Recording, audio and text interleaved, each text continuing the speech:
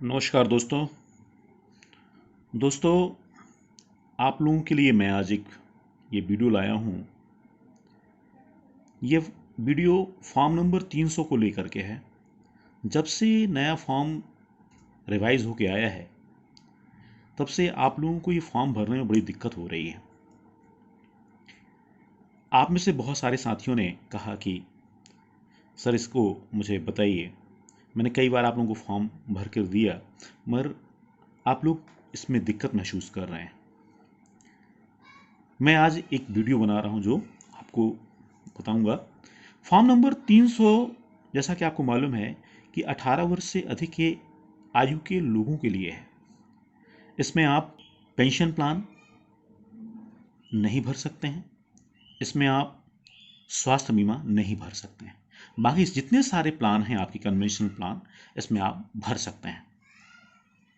दोस्तों जैसा आप देख रहे हैं, ये आप देख रहे हैं यहाँ पर पार्टी का हमको फोटो लगाना है, कलर पासपोर्ट साइज का।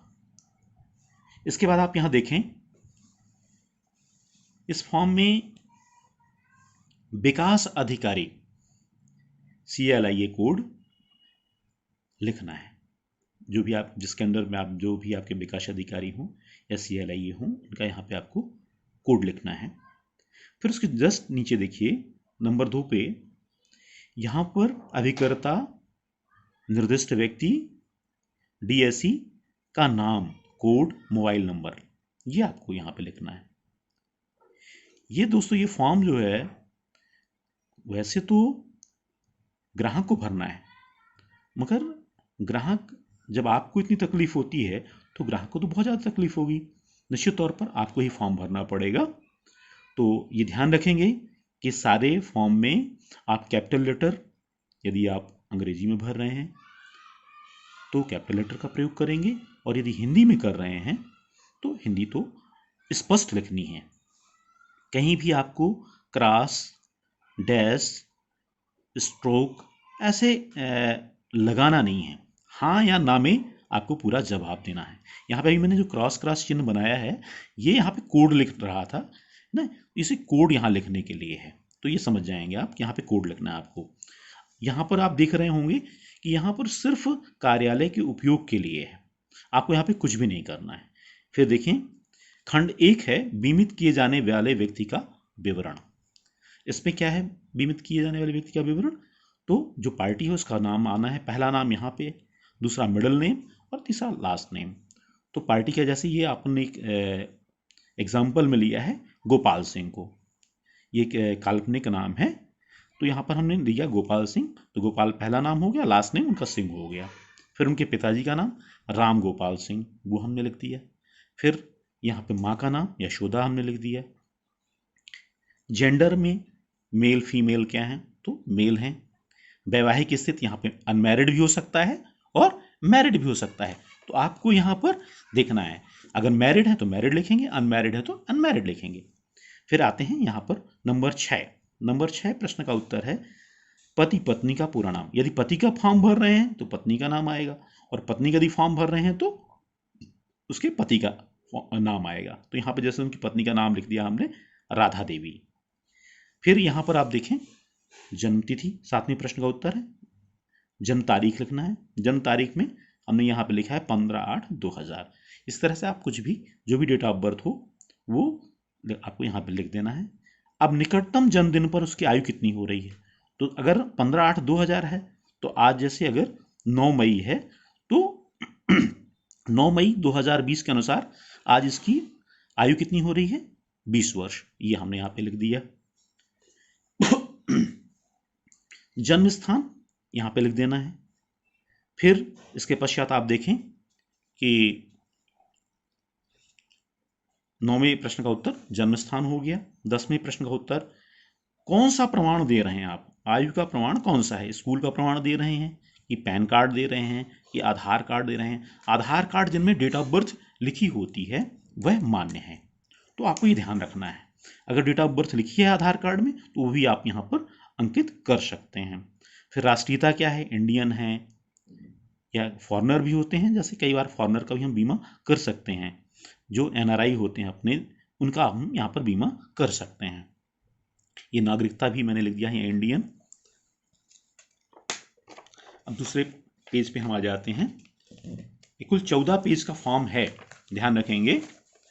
अभी आपको थोड़ा सा ज़्यादा लग रहा होगा, मगर कुछ देर में आप समझ में आ जाएगा आपको कि फॉर्म में सरलता है। बाकी हाँ या ना में आपको जवाब देना है। बहुत सारे प्रश्नों के उत्तर हाँ या ना में है।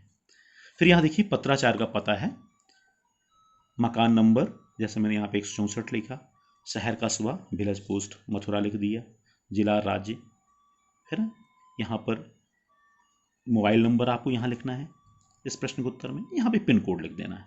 अगर स्थायी पता यही है तो आपको लिखना है एज एबव, अगर नहीं है तो फिर स्थायी पता भी यहाँ पर आपको पुनः लिखना है। आवासीय स्थिति में लिखना है निवासी भारतीय हैं, अनिवासी भारतीय। तो जो भारत के लोग उनको निवासी भारतीय बोलते हैं, और जो विदेश में रह रहे हैं ऐसे भारतीयों को अनिवासी भारतीय कहते हैं। इस तरह से भारतीय मूल के विदेशी नागरिक, भारत का प्रवासी नागरिक इत्यादि कॉलम है, जो उपयुक्त हो उसमें आपको टिक करना है। फिर 16वें प्रश्न का उत्तर देखिए, विदेश का पता। यदि वो विदेशी व्यक्ति है तो उसका विदेश का भी यहाँ पे एड्रेस लिखा जाना होगा, जिसको आपको अंकित करना है। इस केस में तो क्योंकि भारतीय है तो इसमें नॉट अप्लीकेबल है। अब देखें आप जरा केवाईसी और पीएमएलए के बारे में यहाँ पे कॉलम है।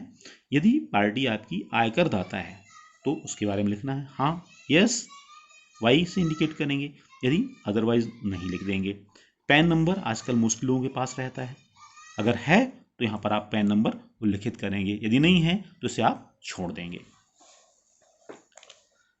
इसी तरह दोस्तों पहचान का प्रमाण हमने यहाँ पर पैन कार्ड का लिखा है कि पैन है उनके पास पहचान का प्रमाण। आधार भी यहाँ पे हो सकता है, वोटर आईडी भी हो सकता है पहचान का प्रमाण। इस तरह पते के प्रमाण के लिए भी हम आधार, वोटर आईडी, बिजली का बिल प्रयोग में ला सकते हैं, जिसको हम यहाँ पे लिखेंगे। फिर यहाँ पर आप देखें क्या आप जीएसटी के तहत पंजीकृत हैं, यदि हाँ तो जीएसटी IN दें। जो बिजनेसमैन होते हैं उनका जीएसटी नंबर होता है, तो वो अपना जीएसटी नंबर यहाँ पे दे सकते हैं। इसी तरह से ये केंद्रीय केवाईसी रजिस्ट्री नंबर है आपका, तो उसको आपको लिखना है, अदरवाइज नो कर देना है। यहाँ देखें तीसरे खंड में यहाँ व्यवसाय के बारे में पूछा गया है। पहला प्रश्न व्यवसाय के बारे में, शैक्षणिक योग्यता क्या है, जैसे मैंने पार्टी के यहाँ लिख दिया, MA लिख दिया। BA कर सकते हैं, BSc कर सकते हैं, हायर सेकेंडरी कर सकते हैं, 10th पास कर सकते हैं, साक्षर कर सकते हैं। यदि पढ़ा लिखा नहीं व्यक्ति सिर्फ साक्षर है तो यहाँ पर आपको लिखना है। यदि पार्टी अनपढ़ है तो उसे अनपढ़ या निरक्षर जो भी आप यहाँ पर लिख सकते हैं। फिर इसके बाद यहाँ पे आए, हम देख रहे हैं कि वर्तमान व्यवसाय क्या है। कोई पार्टी नौकरी कर रही है, कोई व्यवसाय कर रही है, कोई खेती कर रही है, तो उसको यहाँ पर लिखना है। ठीक है। इसके बाद तीसरे प्रश्न का उत्तर देखें। इसमें मैंने जैसे लिखा है आय का स्रोत में गवर्नमेंट सर्विस या ग्रोसरी शॉप है या एग्रीकल्चर है, कुछ भी आप यहाँ पे जो भी उपयुक्त हो लिखेंगे। वर्तमान नियोक्ता का नाम, वर्तमान नियोक्ता का नाम सिर्फ उन कंडीशन में आता है जब व्यक्ति सर्विस में होगा। यदि व्यक्ति सर्विस में है तभी आपको यहाँ पर लिखना है उसका नाम, उस संस्था का नाम, उस कार्यालय का नाम जहाँ पर वो व्यक्ति नौकरी कर रहा है। पांचवें प्रश्न का उत्तर देखें, कार्य का यथार्थ स्वरूप, उसकी पोस्ट क्या है, वो कौन सा काम करता है।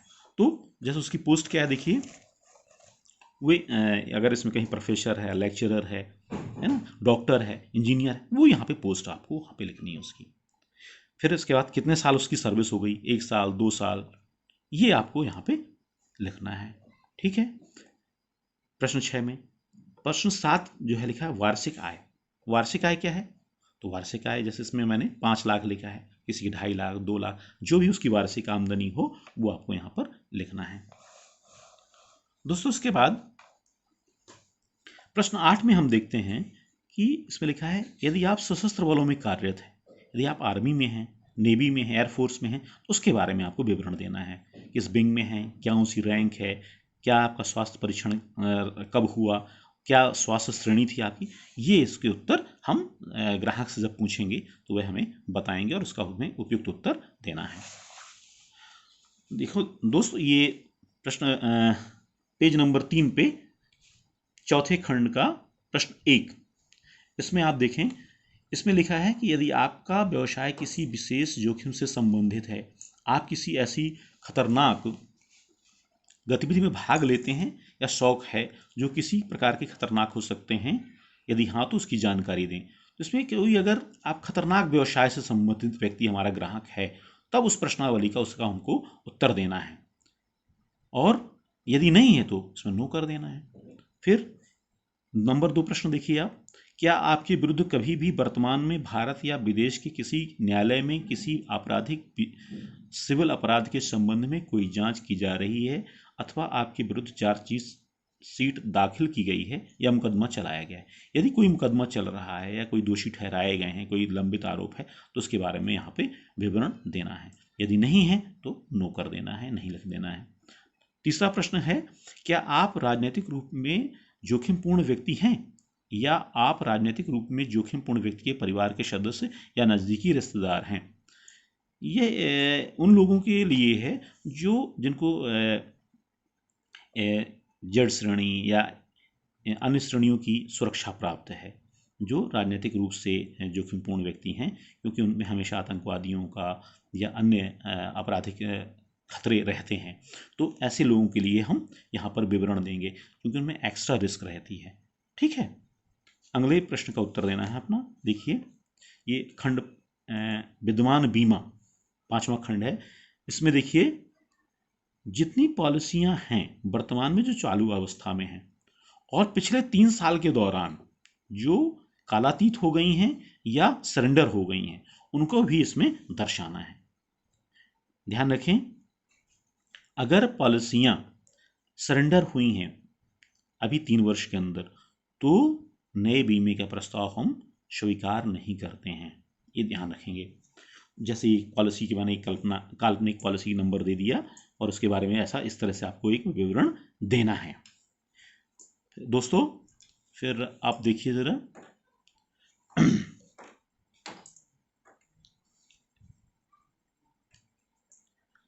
प्रश्न 14, यहाँ निगम के किसी कार्यालय में किसी अन्य बीमा कंपनी में कभी आपके जीवन का पर कोई प्रस्ताव पत्र प्रस्तुत किया गया है या नहीं, उसके संबंध में प्रश्न हैं, जिसमें क्या प्रस्ताव पत्र कभी वापस लिया, स्थगित किया गया, ए कॉलम में है। बी में अतिरिक्त प्रीमियम गहन सहित स्वीकार किया गया है।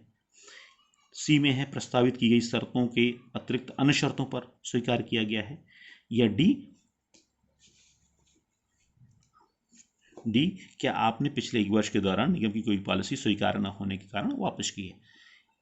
इन प्रश्नों के उत्तर मोस्टली नहीं ही होंगे, तभी आपका प्रस्ताव स्वीकार होगा। यदि आपने इस तरह की कोई कार्य किए हैं तो आपकी पॉलिसी स्वीकार नहीं की होगी, आपका बीमा प्रस्ताव स्वीकार नहीं होगा।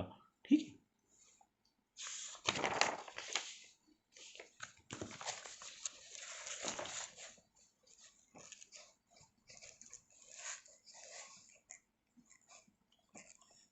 देखिए, ये 6वां, नामांकित और नियुक्त व्यक्ति का विवरण। नामनी के संबंध में इस कॉलम में आपको लिखना है। जैसे यहाँ पे हमने लिखा नॉमिनी में श्रीमती राधा, उनका प्रतिशत कितना है? 100%। आयु कितनी है? 19 वर्ष। पत्नी, कुछ भी हम यहाँ पर जो भी उपयुक्त होगा अकॉर्डिंग टू पॉलिसी होल्डर, वो हमको यहाँ पर नॉमिनी लिखना है। हम एक से अधिक नामनी भी लिख सकते हैं, 2 नामनी भी कर सकते हैं, 3 नामनी भी कर सकते हैं, तीनों को अलग अलग प्रतिशत दे सकते हैं। भाई किसी को हमने 60, किसी को 40, किसी को इस तरह से हम दे सकते हैं। प्रतिशत के बारे में भी आजकल हम 2 या 3 नॉमिनी हम रख सकते हैं। अब एक और कॉलम यहाँ पे देखें, बगल में लिखा है, यदि नामित व्यक्ति अवयस्क है, अगर यह नॉमिनी कहीं 18 वर्ष से कम आयु का है, ऐसी परिस्थिति में अगर मान लीजिए यहाँ पे कोई बच्चा होता नॉमिनी में जो उसकी उम्र 10 वर्ष होती, वो अगर मान लीजिए बीमा धारक का पुत्र है या कोई अन्य संबंधी है, तो ऐसी स्थिति में अवयस्क होने की स्थिति में उसका एक नियुक्त व्यक्ति होगा।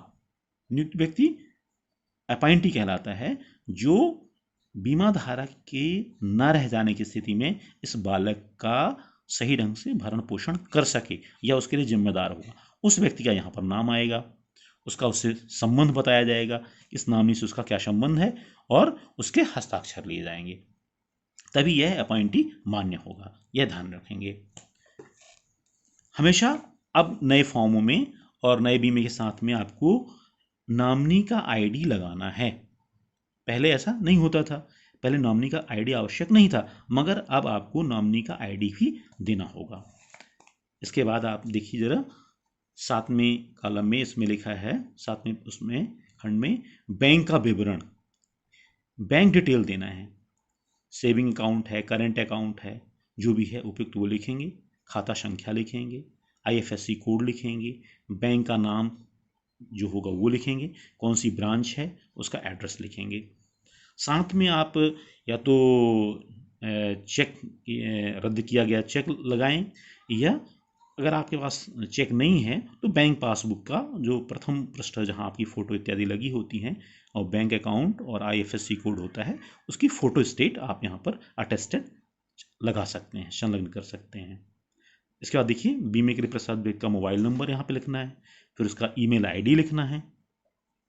अब यहाँ पर ये पहले खंड की समाप्ति पर यहाँ पर ग्राहक के हस्ताक्षर होंगे, यहाँ पर आपको ग्राहक के हस्ताक्षर लेने। अब देखिए खंड 2 आपको खंड 2 प्रस्तावित योजना, इसमें कौन सा प्लान आप लेना चाहते हैं या आप कौन सा प्रस्तावित कर रहे हैं योजना, उसके बारे में डिटेल दिया जाएगा। बीमे का क्या उद्देश्य है, बचत है, जोखिम कवर है, बचत और जोखिम कवर दोनों है। जैसे टर्म इंश्योरेंस होते हैं, सिर्फ जोखिम कवर रहता है, उसमें कोई बचत का पोर्शन नहीं होता है, मगर इस प्लान में जो आपको प्लान अभी हम समझाने जा रहे हैं, इसमें बचत और जोखिम दोनों है, इसलिए हमने बचत और जोखिम वाले प्रश्न का उत्तर दिया है। ये बीमे का उद्देश्य क्या है, बचत और जोखिम। फिर दूसरा हम देखते हैं, प्रस्तावक किसके तहत है, व्यक्तिगत जीवन है, नियोक्ता कर्मचारी योजना है, HUF है, MWP है। इसका मतलब है कि पार्टी स्वयं अपना इंश्योरेंस ले रही है या कि उसका बीमा उसके नियोक्ता द्वारा, एम्प्लॉयर द्वारा कराया जा रहा है। तो ये है, चूंकि व्यक्तिगत जीवन पॉलिसी, इंडिविजुअल लाइफ इंश्योरेंस ले रहे हैं हम, तो इंडिविजुअल, तो व्यक्तिगत जीवन में हम टिक करेंगे। अगर कहीं ऐसा होता है कि कोई कंपनी, जैसे बहुत सारी कंपनियां अपने की मैन का इंश्योरेंस कराती हैं, अपने कर्मचारियों का इंश्योरेंस कराती हैं, जो कि बहुत महत्वपूर्ण होते हैं, उन दशा में हम ये नियोक्ता कर्मचारी योजना के तहत जब ये योजना देंगे, तब इस पर हम टिक कर सकते हैं। या कोई फर्म है तो HUF में कर सकते हैं, अगर फर्म के द्वारा उसका पैसा दिया जाना है। तो इन दशाओं में हम जैसा उपयुक्त होगा उस कॉलम में हमको टिक करना है। अब देखेंगे यहाँ पे इसका तीसरा प्रश्न है, कृपया मूल योजना के साथ राइडर्स को टिक करें जिसे आप योजना की शर्तों के अनुसार प्राप्त करना चाहते हैं। अब देखिए, अब इसमें जो आपकी मूल योजना है उसके अलावा आप कौन कौन से राइडर अपने ग्राहक को देना चाहते हैं। तो जैसे LIC का नया अवधि बीमा, ये टर्म इंश्योरेंस के लिए टर्म राइडर है। अगर आप टर्म इंश्योरेंस देना चाहते हैं, टर्म राइडर एक्स्ट्रा देना चाहते हैं, तो आप यहाँ पर टिक करेंगे। हमेशा टर्म राइडर मूल बीमा धन के बराबर या उससे कम हो सकता है, ये ध्यान रखेंगे। फिर यहाँ पर गंभीर बीमारी हित लाभ, इस तरह से क्रिटिकल इलनेस राइडर आप यहाँ पर ऐड कर सकते हैं। फिर ये 15 विशेष प्रकार की बीमारियों के लिए राइडर होता है, जिसमें कि जिसको क्रिटिकल इलनेस राइडर बोलते हैं, वो गंभीर बीमारियों में ये कवर करता है। उसके लिए अतिरिक्त आपको प्रीमियम देना होगा। जितने भी राइडर्स हैं उनके लिए अगर आपने सुविधा ली तो उसके लिए आपको अतिरिक्त प्रीमियम देना पड़ेगा। फिर LIC का प्रीमियम परित्याग हित लाभ राइडर, प्रीमियम परित्याग हित लाभ राइडर अधिकांशतः बच्चों की योजनाओं में होता है। अगर कोई पिता अपने बच्चे की पॉलिसी ले रहा है और उसमें चाहता है कि उसकी प्रीमियम, अगर उसकी मृत्यु की दशा में प्रीमियम ना देना पड़े, तो वह इस राइडर को लेगा और ये फॉर्म जो 300 नंबर है वो भरना पड़ेगा। बच्चे की फॉर्म के साथ यह वाला फॉर्म जो आपका 300 नंबर फॉर्म ही भरना पड़ेगा और इस हित लाभ राइडर, प्रीमियम परित्याग हित लाभ राइडर, इसमें टिक करना होगा, तभी उसको वह लाभ प्राप्त होगा। अब देखिए यहाँ पे प्रश्न एक और है, आ रहा है, बीमे के लिए प्रस्तावित व्यक्ति द्वारा चयनित योजना, बीमा राशि और राइडर का चयन। यहाँ पर देखिए ये कॉलम दिए हुए हैं, योजना अवधि और प्रीमियम भुगतान अवधि। हमने यहाँ पर ग्राहक को नया जीवन आनंद पॉलिसी जो आपका है 915, उसको हमने यहाँ पे दिया है। ये जीवन आनंद पॉलिसी है, 25 वर्ष के लिए है, इसमें भुगतान अवधि भी 25 वर्ष ही है। इसमें प्रस्तावित बीमा धन हमने 10 लाख लिया है। इसकी भुगतान विधि हमने वार्षिक रखी है। इसको हम अर्धवार्षिक, तिमाही या मासिक नेच के द्वारा भी कर सकते हैं। NACH नेच, जो आपका मासिक कटौती भी उससे हम ले सकते हैं। नेच के द्वारा हम मासिक, त्रैमासिक, वार्षिक, जैसा भी मोड हम चाहें कर सकते हैं। इसके बाद देखें अपन, यहाँ टर्म राइडर है। टर्म राइडर सम एश्योर्ड, अगर आप चाहें तो इसमें आप अतिरिक्त बीमा धन का लाभ ले सकते हैं, जिसके लिए आपको अतिरिक्त प्रीमियम देनी पड़ेगी। फिर आपका क्रिटिकल इलनेस राइडर है। क्रिटिकल बीमारी की प्रस्तावित बीमा धन, जितना आप अगर बीमारी का लेना चाहते हैं, क्रिटिकल इलनेस राइडर लेना चाहते हैं, उसका भी आपको अतिरिक्त प्रीमियम देना पड़ेगा। और उसके लिए आपको मेडिकल्स अतिरिक्त होंगे, जिनका आपको मेडिकल इत्यादि होने के पश्चात ये पॉलिसी आपकी पूर्ण होगी, जो भी बताया जाएगा। दुर्घटना हित लाभ, अब यहाँ पर आप दुर्घटना हित लाभ, एक देखिए ये राइडर जो है दुर्घटना हित लाभ राइडर, यह आवश्यक रूप से ग्राहकों को देना है। दुर्घटना हित लाभ राइडर का फायदा ये होता है कि यदि कभी पार्टी की मृत्यु दुर्घटना के कारण हो गई, तो ऐसी दशा में उसको बीमा धन का दुगुना भुगतान होता है। या अपंगता की स्थिति, कई बार ग्राहकों को पूर्ण अपंगता भी हो जाती है, ऐसी दशा में भी दुर्घटना हित लाभ राइडर का फायदा मिलता है और उसमें उसकी किस्तें पूर्ण माफ हो जाती हैं। तो इसलिए दुर्घटना हित लाभ राइडर जरूर दें। मूल बीमा धन के साथ दुर्घटना लाभ राइडर को आपको देना ही है। यहाँ पर एक देखिए और अगला कॉलम है, यदि पॉलिसी पूर्व दिनांकित है तो दिनांक इंगित करें। जैसे आज हमने 9 मई लिया, अगर हम चाहें इस पॉलिसी को इस वित्तीय वर्ष में, मतलब 1 अप्रैल तक इस पॉलिसी को हम बैक कर सकते हैं।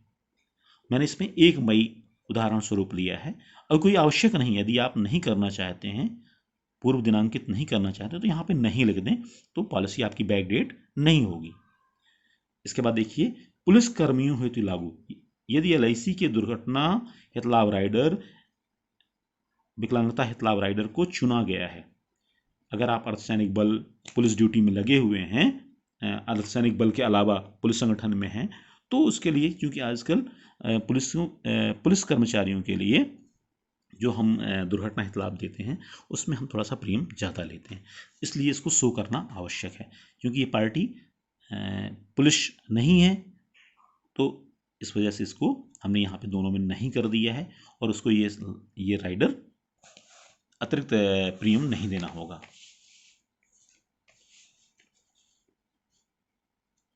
अभी इस तरह देखें, इस C में कॉलम देखें, SS पॉलिसियों के लिए, सैलरी सेविंग पॉलिसियों के लिए ये कॉलम दिया हुआ है। अगर आप पॉलिसी सैलरी सेविंग के द्वारा लेना चाहते हैं, वेतन बचत द्वारा लेना चाहते हैं, तब आपको यहाँ पर भुगतान अधिकारी का कोड संख्या, बैज संख्या, SR नंबर इत्यादि लिखना पड़ेगा। और साथ ही एक फॉर्म KD 55 आता है, उस फॉर्म को भी आपको फिल करके इसके साथ लगाना होगा, तभी आपकी कटौती आपके एम्प्लॉयर के द्वारा की जाएगी। वी कॉलम देखें, केवल अवयस्क जीवन बीमा के मामले में यदि LIC का प्रीमियम परित्याग हित लाभ राइडर प्रस्तावित हो, अगर प्रस्तावित है तब आपको यहाँ पर यस करना है, अदरवाइज आपको यहाँ नॉट अप्लीकेबल करना है। क्या आप उपरोक्त से सहमत हैं? अगर हित लाभ राइडर है तब यहाँ पर आपको यस या नो करना है, अदरवाइज यहाँ पर आपको नॉट अप्लीकेबल करके इस कॉलम से आगे बढ़ जाएंगे। 6वां कॉलम देखिए, LIC आधारशिला, LIC आधार स्तंभ के तहत प्रस्तावित होने पर उत्तर अपेक्षित। अब चूंकि ये पॉलिसी ना आधारशिला है ना आधार स्तंभ है, इसलिए इसमें हमने नॉट अप्लीकेबल कर दिया। अगला देखिए, अगर आप जीवन अमर पॉलिसी, जो हमारा टर्म इंश्योरेंस है, जो 25 लाख से ऊपर के प्लान होते हैं जीवन अमर में, एक बहुत ही प्रचलित और बहुत बढ़िया प्लान है, अगर वह प्लान आप ले रहे हैं तब यहाँ पर आपको उत्तर देना है जीवन अमर की दशा में। अगर आप जीवन अमर नहीं ले रहे हैं तब आपको इस प्रश्न का उत्तर नहीं देना है, नॉट अप्लीकेबल आप कर दीजिए। अगर जीवन अमर होता तो यहाँ पे अगर 2 कैटेगरी हैं, धूम्रपान करने वाला, स्मोकर और नॉन स्मोकर, जो कंडीशन है, अगर आप स्मोकर हैं तो उसके तहत आपको प्रीमियम आपसे ज़्यादा ली जाएगी, और नॉन स्मोकर हैं तो आपको जो नॉर्मल प्रीमियम इसकी है वो आपसे ली जाएगी। और इसके संबंध में आपको आपका मेडिकल परीक्षण होगा, जिसमें धूम्रपान आप किस लेवल तक है नहीं करते हैं, वो सारी चीज़ें हम चेक करेंगे हमारे डॉक्टर्स। इस तरह से इसमें दो विकल्प होते हैं जीवन उम्र में। एक लेवल सम एश्योर्ड होता है, मतलब बीमा धन की वृद्धि नहीं होती लेवल सम एश्योर्ड में, और एक होता है बीमा धन में वृद्धि वाला। तो अगर आप बीमा धन में वृद्धि वाला कॉलम चूज करेंगे तो आपका मृत्यु होने की दशा में, इसमें लिखा है 5वें पॉलिसी वर्ष के पूरा होने तक मूल बीमा राशि के बराबर रहेगा। इसके बाद 6ठे वर्ष से 15वें वर्ष तक हर साल मूल बीमा राशि के 10% तक आपका बीमा धन बढ़ता जाएगा। मतलब 5 साल के बाद जैसे 6वां साल आएगा, अगर सब मान लीजिए कि आपने 1 करोड़ का बीमा लिया तो 5 वर्ष तक तो 1 करोड़ का रहेगा, मगर 6वें वर्ष से वह 1 करोड़ 10 लाख का हो जाएगा, फिर 11वें साल वो 1 करोड़ 20 लाख का हो जाएगा। इस तरह से हर वर्ष ये 15 वर्षों तक आपका बीमा धन बढ़ता जाएगा। कुल मिलाकर के यह बीमा धन आपका डबल हो जाएगा। अगर आपने 1 करोड़ का प्लान लिया तो 15वें वर्ष आपका 2 करोड़ का हो जाएगा। तो इसके लिए भी आपको यहाँ पर ऑप्शन चुनना होगा अगर आपने जीवन अमर प्लान लिया तब, अन्यथा आपको नॉट अप्लीकेबल करके आगे बढ़ जाना है। अब यहाँ आप देखिए समकक्ष प्रस्ताव, सिमुटेनियस प्रपोजल्स, इसके बारे में क्या आपके अन्य कोई प्रस्ताव हैं? इसके प्रश्न देखिए जरा। क्या आप जीवन बीमा निगम के किसी अन्य कार्यालय में या किसी अन्य बीमाकर्ता के समक्ष बीमा या पुनर्चलन के लिए आवेदन हेतु स्वीकृत किया गया है या विचाराधीन? यदि आपका कोई और प्रपोजल LIC में या कोई अन्य बीमा संस्थान में, जीवन बीमा संस्थान में है तो उसके बारे में आपको विवरण देना है। यदि नहीं है तो नो कर दीजिए। इसी तरह से यदि आपके जीवन साथी का, पत्नी का, बच्चों का भी प्रस्ताव इसी प्रस्ताव के साथ प्रस्तुत हो रहा है तो उसके बारे में भी आपको विवरण देना है। जो बी कॉलम में लिखा है ये इसमें आपको देना है। यदि हाँ है तो फिर आपको बताना है कि पत्नी का है, बच्चे का है, कितने का बीमा धन है, वो आपको लिखना है। अदरवाइज यहाँ पे नो करके आपको आगे बढ़ जाना है।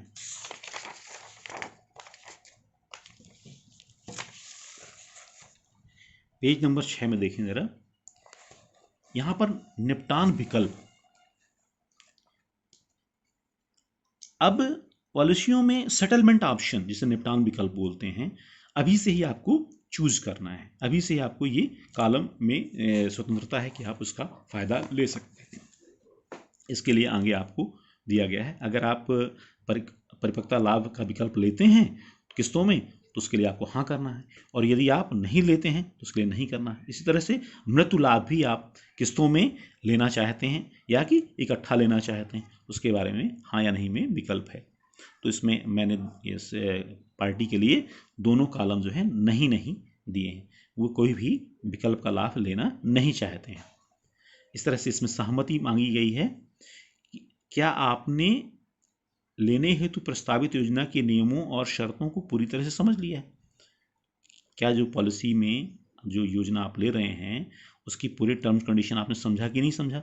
यदि समझा है हाँ, तभी आपका प्रस्ताव मंजूर होगा। तो इसलिए 2 प्रश्न जो उत्तर हैं कि प्रस्तावित योजना के नियम और शर्त आपको समझाया गया है, आपने उसके उद्देश्यों से मिलान किया है, एजेंट के द्वारा आपको बताया गया कि नहीं बताया गया, तो दोनों प्रश्नों के उत्तर हाँ होना आवश्यक है। ये दोनों हाँ होंगे तभी आपका प्रस्ताव स्वीकृत होगा। इस तरह से ये देखिए एक प्रश्न है, क्या आप ग्राहक पोर्टल में पंजीकृत हैं?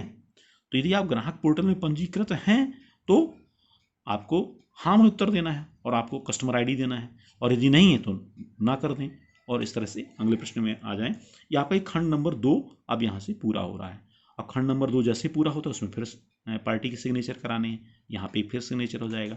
फिर ये आपका खंड 3 है, स्वास्थ्य और आत्मों का व्यक्तिगत और पारिवारिक विवरण। इसमें आपके स्वास्थ्य के बारे में पूछा गया है और परिवार के बारे में। तो जैसे यहाँ पर देखिए पहला प्रश्न है कि कृपया सही ऊंचाई एवं वजन, ऊंचाई सेंटीमीटर में और वजन किलोग्राम में लिखें। तो जैसे इस पार्टी की हाइट हमने लिखी 180 सेंटीमीटर और वजन 75 किलो। इस तरह से अगला प्रश्न है, क्या आपने पिछले 5 वर्ष के दौरान किसी ऐसी बीमारी के लिए जिसमें 1 सप्ताह से अधिक तक उपचार की आवश्यकता रही हो किसी चिकित्सक से परामर्श लिया है? यदि उत्तर हाँ तो पूरा विवरण दीजिए। तो यदि आपने कहीं उपचार कराया है 1 सप्ताह से अधिक समय के लिए तो आपको उत्तर देना है हाँ में, और उसके बारे में आपको संलग्न करने पड़ेंगे रिपोर्ट्स अपनी। डॉक्टर्स की, और यदि नहीं है तो आप नो कर दीजिए, नहीं लिख दीजिए। या इस तरह से सी कॉलम में भी है कि आपको कभी भी सामान्य जांच, देखभाल, उपचार, किसी प्रकार की शल्य चिकित्सा के लिए किसी अस्पताल या नर्सिंग होम में दाखिल किया गया है। यदि उत्तर हाँ तो पूरा विवरण दें। यदि आप कहीं एडमिट रहे हों लंबे समय के लिए कोई तो आपको उसके बारे में विवरण देना है, कोई ऑपरेशन हुआ है तो। यदि नहीं है तो नहीं कर दीजिए। फिर इसके बाद अगला प्रश्न, फिर इस तरह से स्वास्थ्य के संबंध में कभी आप अगर अनुपस्थित रहे हो अपने कार्य से तो उसके बारे में लिखना है। यदि अनुपस्थित रहे हैं तो हाँ, नहीं रहे हैं तो नो कर दीजिए। फिर अगले प्रश्नों के उत्तर इसी तरह बीमारियों के संबंध में है।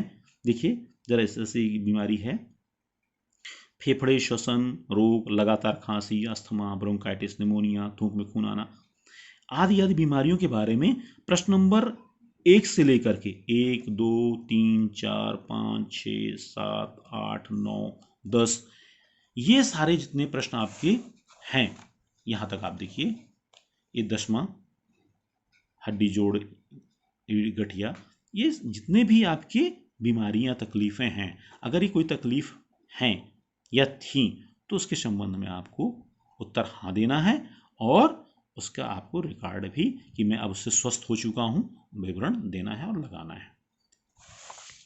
दोस्तों अगला देखें यहां पर फॉर्म में 11वां प्रश्न, मानसिक बीमार, विकार, डिप्रेशन आदि के बारे में पूछा गया है। फिर इस तरह से आपका कोरोना के इन्फेक्शन है, कोई ट्यूबरकुलोसिस जिसे टीबी कहते हैं, इस तरह से त्वचा संबंधी कोई बीमारियां, यदि कोई ऐसी बीमारियां हैं तो भी उसका आपको विवरण देना है, और अगर नहीं है तो नो कर दीजिए। फिर इस तरह से हेपेटाइटिस एड्स के बारे में पूछा है, वो भी नो है। कोई ऑपरेशन, दुर्घटना है, चोट लगी, शारीरिक दोष है, शारीरिक दोष जैसे विकृति आ जाती है आदमी, किसी को पोलियो है, किसी का एक्सीडेंट से पैर, हाथ में कोई त्रुटि आ गई, हाथ पैर में वो लंगड़ा लूला हो गया, तो उस स्थिति में फिर आपको पूरा विवरण देना पड़ेगा, उसका बाकायदे मेडिकल होगा, और मेडिकल सर्टिफिकेट जो आपके पास हो उनको भी आपको लगाने होंगे, अन्यथा आप नहीं कर दीजिए। कोई अन्य रोग है उसके बारे में विवरण दीजिए, नहीं है तो नो कर दीजिए।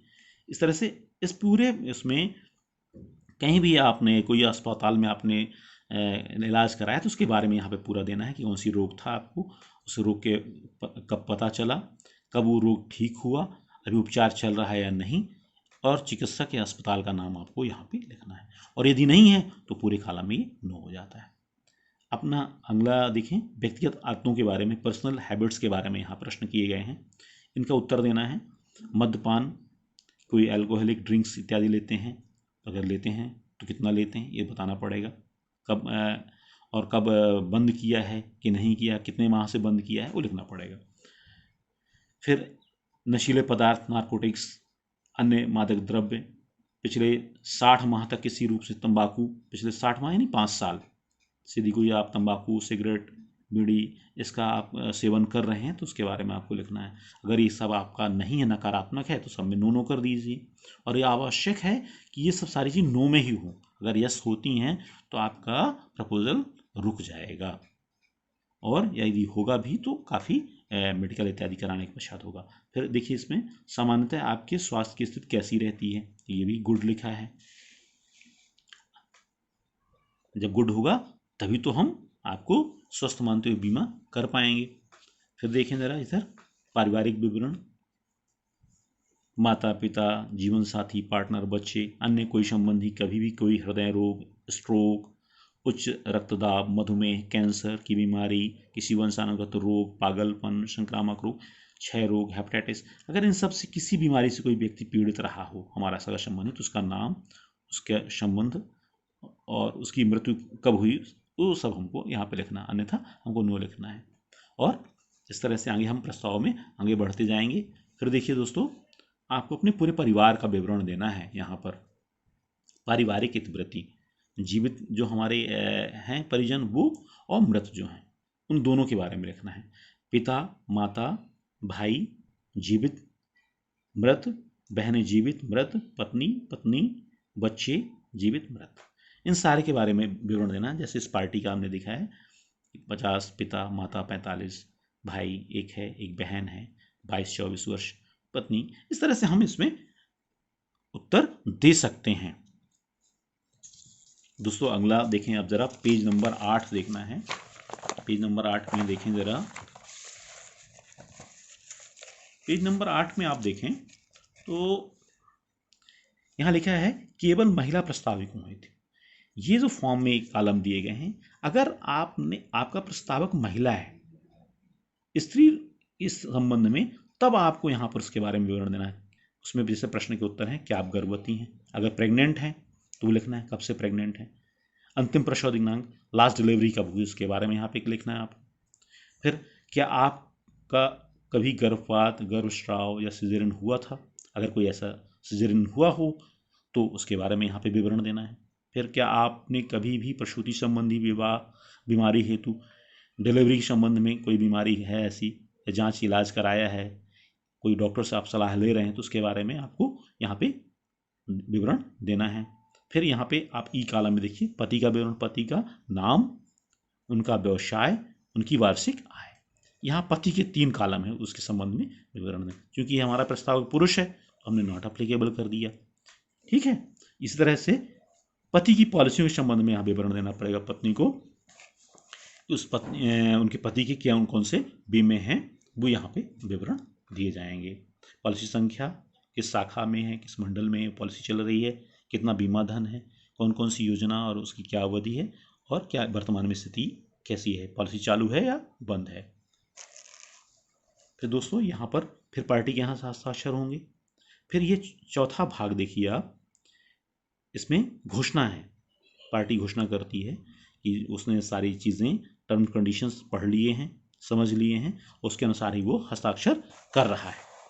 और यहाँ पे हिंदी में है और ये आपका अंग्रेजी में है उनका डिक्लेरेशन। और उस डिक्लेरेशन के बाद यहाँ पर आपको स्थान लिखना है, किस स्थान पे आपने ये बीमा किया है, कौन सी डेट पे आपने बीमा किया है। यहाँ पे लिखा है बीमे के लिए प्रस्तावित व्यक्ति के हस्ताक्षर या अंगूठा निशान। यहाँ पे पार्टी के सिग्नेचर आपको कराने हैं। अगर पुरुष है और अनपढ़ है तो आपको बाएं हाथ का अंगूठा निशान लेना है, और यदि महिला है तो दाएं हाथ का अंगूठा निशान यहाँ पर आपको लगवाना है। इसके बाद यहाँ पे देखिए आप जरा, साक्षी में एजेंट सिग्नेचर करेंगे, अपना नाम लिखेंगे, अपना कोड लिखेंगे और उनका जो एड्रेस है, अगर हो सके उनकी सील हो तो यहाँ पर वो सील अपनी लगाएंगे और अपना हस्ताक्षर करेंगे।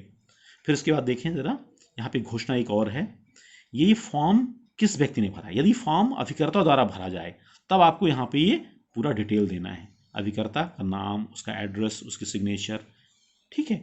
और पार्टी यहाँ नीचे सिग्नेचर करेगी। देखिए ज़रा, पार्टी यहाँ पर सिग्नेचर करेगी कि ये जो फॉर्म है मेरे से पूछ करके भरा गया है, मैंने सारे कुछ समझ लिया है और मुझे समझाया गया, इसके बाद ही मैंने यहाँ पे हस्ताक्षर किया हुआ है। और यदि यह फॉर्म पार्टी खुद भर रही है या पार्टी के बिहाफ में कोई भरा है तो यहाँ पर इस कॉलम को भरने की आवश्यकता नहीं है। यदि यह फॉर्म किसी अन्य भाषा में भरा जाता है तब भी ध्यान रखेंगे। कोई मान लीजिए यहाँ पे ये फॉर्म उड़िया में है, हिंदी में है, मगर पार्टी को उड़िया आती है या बंगाली आती है, वो हिंदी और अंग्रेजी नहीं जानता है, तो तब ऐसी स्थिति में भी यह फॉर्म जो भरेगा व्यक्ति वो यहाँ डिक्लेरेशन देगा कि मैंने समझा दिया सारी चीज़ें उनको इस भाषा में, और उन्हें तब ये समझ करके हस्ताक्षर किए हैं। इसके बाद यहाँ पे दूसरा देखिए आप, यहाँ पे लिखा है यदि प्रस्तावक अनपढ़ है, यदि बीमा धारक आपका अनपढ़ है तो बीमा तो उसको हमको करना है, मगर वो इस फार्म के विषय में कुछ नहीं जानता है तो एक डिक्लेरेशन फिर होगा। और वो इस बार डिक्लेरेशन जो होगा वो एजेंट का डिक्लेरेशन नहीं होगा, थर्ड पार्टी का होगा। मतलब एजेंट के अलावा कोई तीसरा व्यक्ति वहाँ पर होगा जो पढ़ा लिखा होगा और वह जिसका पहचान सरलता से हो जाए, वो व्यक्ति यहाँ पर सिग्नेचर करेगा, अपना नाम, पता, सब सारी चीज़ें यहाँ पर लिखेगा और किस भाषा में उसने समझाया, हिंदी में, अंग्रेजी में, किस भाषा में उसको समझाया है अनपढ़ व्यक्ति को, वो सारी चीज़ें यहाँ पे लिखनी पड़ेगी और यहाँ पे हस्ताक्षर किए जाएंगे। दोस्तों इस तरह से ये आपका 9वां पेज समाप्त हो गया। यहाँ 10वां जो पेज है ये सिर्फ बीमा अधिनियम के बारे में है कि बीमा अधिनियम में अब क्या क्या चीज़ें आ गई हैं और क्या सुविधाएं ग्राहक को प्राप्त हैं, वो सारी टर्म कंडीशन हैं, वो ग्राहक को आप पढ़कर बता सकते हैं और उसके सिग्नेचर आप यहाँ ले लेंगे। और इसी तरह बीमा अधिनियम 1938 की धारा 41 के बारे में भी है, उसके संबंध में यहाँ तक पढ़ करके आप बता सकते हैं, या आवश्यक नहीं है ये बहुत। यहाँ पर फिर पार्टी का आप हस्ताक्षर लेंगे और यहाँ अपने हस्ताक्षर करेंगे। इसके बाद है जो आपने सेटलमेंट ऑप्शन की बात की थी, जहाँ पे हमने नो किया था हम लोगों ने, ये उसके संबंध में एक डिक्लेरेशन है कि क्या आप परिपक्वता हेतु लाभ का किस्तों में विकल्प लेना चाहते हैं, निपटान विकल्प कराना चाहते, सेटलमेंट लेना चाहते हैं। यदि किस्तों में लेना चाहते हैं तो हाँ, यहाँ पे हमको आज से ही, अभी से ही ये डिक्लेरेशन देना होगा कि हम इस तरह से अपना, जब हमारी परिपक्वता आ जाएगी तो हम इस तरह से भुगतान प्राप्त करने के लिए सहमत हैं। और यदि नहीं है तो सीधे यहाँ पे आपको नो में टिक करना है, नो में टिक कर दीजिए और भुगतान विकल्प से आप बाहर हो जाएंगे और यहाँ पे अपना पार्टी से यहाँ सिग्नेचर करा लीजिए। इसके पश्चात यहाँ पर डेट और स्थान लिखवा दीजिए। इस तरह से है। इसमें एक और विकल्प है मृत्यु लाभ लेने का विकल्प।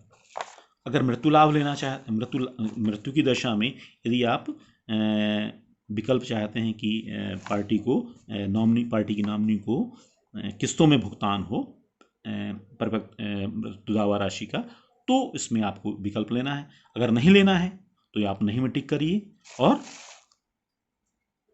यहाँ पर पार्टी के हस्ताक्षर कर लीजिए। उसके यहाँ पे स्थान दिनांक यहाँ आपको लिखवा देना है।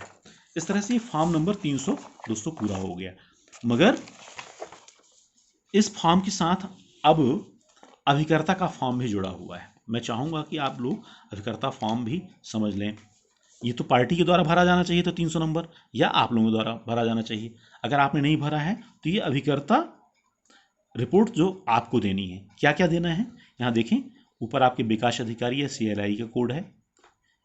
इधर आप देखें, यहाँ पर अभिकर्ता का नाम एवं पता दिया हुआ है। ये आपको यहाँ पर अपना नाम लिखना है, पता लिखना है, मोबाइल नंबर लिखना है। इसके बाद नीचे देखिए यहाँ पे आपका कोड है, एजेंसी कोड नंबर। आप अपना एजेंसी कोड यहाँ लिखिए और आपकी जो क्लब मेंबर से, आप क्लब मेंबर हैं तो ठीक है, अदरवाइज यहाँ पे निल कर दीजिए, नो कर दीजिए। अगर क्लब मेंबर हैं, जैसे ये क्लब मेंबर अगर जडम है तो यहाँ पे जडम क्लब मेंबर यहाँ पे लिख दिया इन्होंने, ठीक है। इस तरह से आप देखें।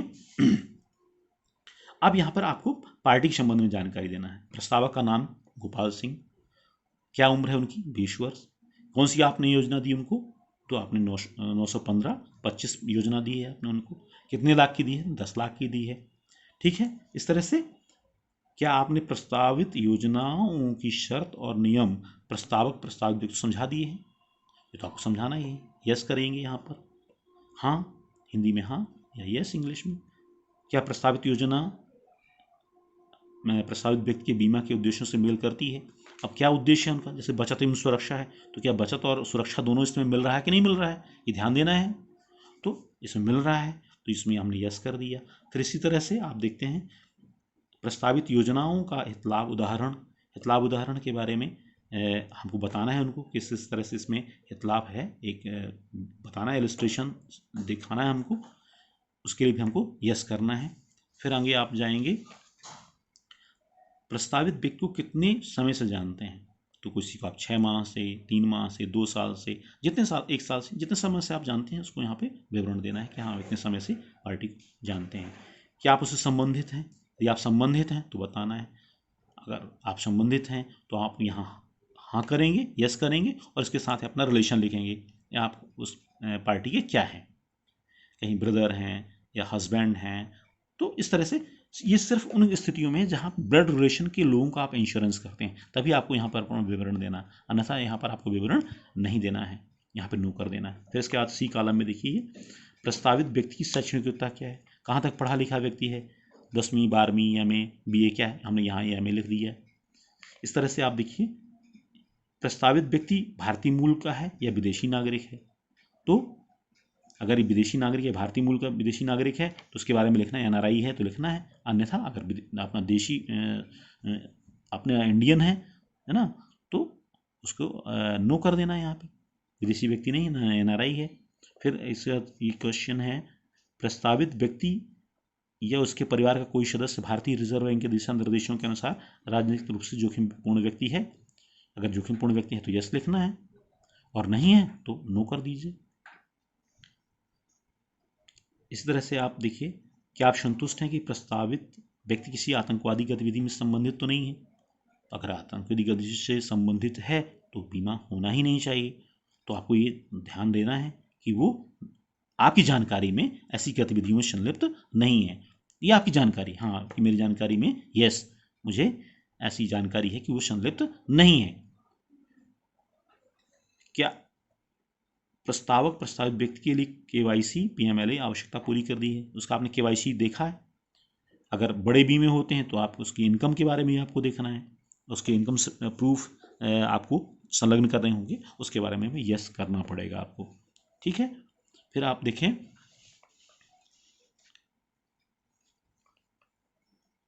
अभिकर्ता का वित्तीय मूल्यांकन क्या करती है पार्टी? पार्टी सर्विस करती है। उसका कितनी आमदनी है? 5 लाख आमदनी है उसकी। अन्य हिंदू अविवाहित परिवार से कोई आमदनी नहीं है, अन्य कोई स्रोत से आमदनी है नहीं है। अब कौन सा प्रमाण आपने जांचा? ये जो 5 लाख है आप बता रहे हैं, किस आधार पर बोले 5 लाख आमदनी? तो भाई उस सैलरी स्लिप के आधार पर है उसकी आमदनी 5 लाख वार्षिक, या फॉर्म नंबर 16 है तो आप लिख देंगे भाई फॉर्म नंबर 16 है, इतनी आमदनी उनकी है। अगर नहीं है तो इन दोनों कॉलम में आपको नहीं लिख देना, नो नो कर देना। यहाँ भी नो कर देंगे आपको, और जहाँ ये फॉर्म 16 लिखा है यहाँ भी आप नो कर देंगे। अगर आपके पास प्रमाण है तभी आपको लिखना है, अदरवाइज नो कर दीजिए। फिर इस तरह से बैंक खाते का विवरण, क्या बैंक खाते से आपने देख के इनकम भरी है? अगर है तो ठीक है, अदरवाइज नो कर दीजिए। नियुक्त पत्र, वेतन पत्रक नियोक्ता द्वारा जारी किया गया प्रमाण पत्र है, यदि है तो यस कर दीजिए, अदरवाइज नो कर दीजिए। चार्टर्ड अकाउंटेंट का प्रमाण पत्र है, अगर है तो ठीक है, नहीं तो नो कर दीजिए। इस तरह से स्थायी खाता संख्या बताएं, पैन, तो पैन नंबर आप लिख दीजिए यहाँ पर उसका। फिर व्यक्तिगत रूप से प्रस्तावित व्यक्ति की वित्तीय स्थिति के बारे में आप क्या संतुष्ट हैं? तो संतुष्ट होना आवश्यक है। अगर आप यस नहीं करेंगे, आप संतुष्ट नहीं हैं, तो व्यक्ति का बीमा संभव नहीं है। फिर इस तरह से आप देखिए जरा, अन्य बीमा कंपनियों से लिए बीमों सहित पूर्व बीमों का विवरण। क्या आपने प्रस्तावित व्यक्ति से पिछली पॉलिसियों की स्थिति पर चर्चा की है, और क्या आप संतुष्ट हैं कि विगत 3 वर्षों में कोई भी पॉलिसी कालातीत नहीं हुई? मतलब कोई पॉलिसी 3 साल के अंदर बंद नहीं होना चाहिए। अगर पॉलिसी बंद है, सरेंडर है, तो ऐसी स्थिति में आप नया बीमा नहीं दे सकते। इसलिए यहाँ भी आपको संतुष्ट होना आवश्यक है कि उसकी कोई पॉलिसी बंद नहीं है, यस करना है आपको। क्या आपको प्रस्तावित व्यक्ति से किसी प्रस्ताव को स्थगित, अस्वीकृत, रद्द या प्रस्तावित के अतिरिक्त किन्हीं अन्य शर्तों पर स्वीकृत किए जाने की जानकारी है? कोई पॉलिसी उसकी कूलिंग ऑफ हुई है या रद्द कर दी गई है, कोई ऐसी अगर कंडीशन आपको मालूम है, तो ऐसी स्थिति में ये प्रस्ताव नहीं लिया जाएगा। तो इसमें भी आपको जानकारी नहीं है तो नो कर दीजिए। प्रस्तावित व्यक्ति के स्वास्थ्य की सामान्य स्थिति कैसी है? अच्छी है, तो गुड कर दीजिए। क्या वह किसी शारीरिक विकृति या मानसिक अवरोध से ग्रस्त है? अगर आपको है तो जानकारी देना कि हाँ भाई उसको पोलियो है कि क्या है ना, कि एक विकलांग है, एक आंख से, कैसा भी है, तो आपको लिखना है। अगर नहीं है तो हाँ नो लिख दीजिए। फिर इस तरह से आप, क्या आपको उसके वर्तमान में या कभी पहले किसी बीमारी या चोट से ग्रसित होने, उसके द्वारा कोई शल्य क्रिया, स्वास्थ्य संबंधी जांच करवाने की जानकारी है? जानकारी है तो लिखना है, अगर जानकारी नहीं है तो नो कर दीजिए। फिर इस तरह से लंबाई कितनी है? 180 सेंटीमीटर। वजन कितना है? भाई 75 किलोग्राम है। फिर ये प्रश्न है एक, क्या आपको प्रस्तावित व्यक्ति की व्यक्तिगत आदतों, वित्तीय, सामाजिक स्थिति, व्यवसाय या किन्हीं अन्य परिस्थितियों के बारे में कोई जानकारी है, या किसमें कोई ऐसी स्थिति जहां जोखिम बढ़ सकता है? कोई अगर जानकारी है तो लिखना है, अन्यथा नो कर दीजिए। कोई अन्य जानकारी देना चाहते हैं तो ठीक है, अन्यथा नो कर दीजिए। फिर यहाँ पर देखें आप जरा, यहाँ पर स्थान आपको लिखना है, कहाँ पे आप बीमा कर रहे हैं, कौन सा, किस दिनांक को आप बीमा कर रहे हैं, और यहाँ पे आपके साथ अभिकर्ता के, एजेंट के यहाँ पे आपको सिग्नेचर करने हैं। ठीक है दोस्तों, इस तरह से आपका ये 300 नंबर फॉर्म कंप्लीट है, और ये आपका जो एजेंट रिपोर्ट जिसको 380 कहते हैं, ये भी आपका मैंने आज बता दिया है। आशा करता हूँ कि आप लोगों को ये वीडियो पसंद आएगा और आप इसका भरपूर लाभ उठाएंगे। अगले वीडियो के लिए मैं आपको और जानकारी दूंगा। मेरे YouTube चैनल को आप सब्सक्राइब कर सकते हैं, और अगर अच्छा लगे तो लाइक करिए, और दूसरों को शेयर करिए। धन्यवाद।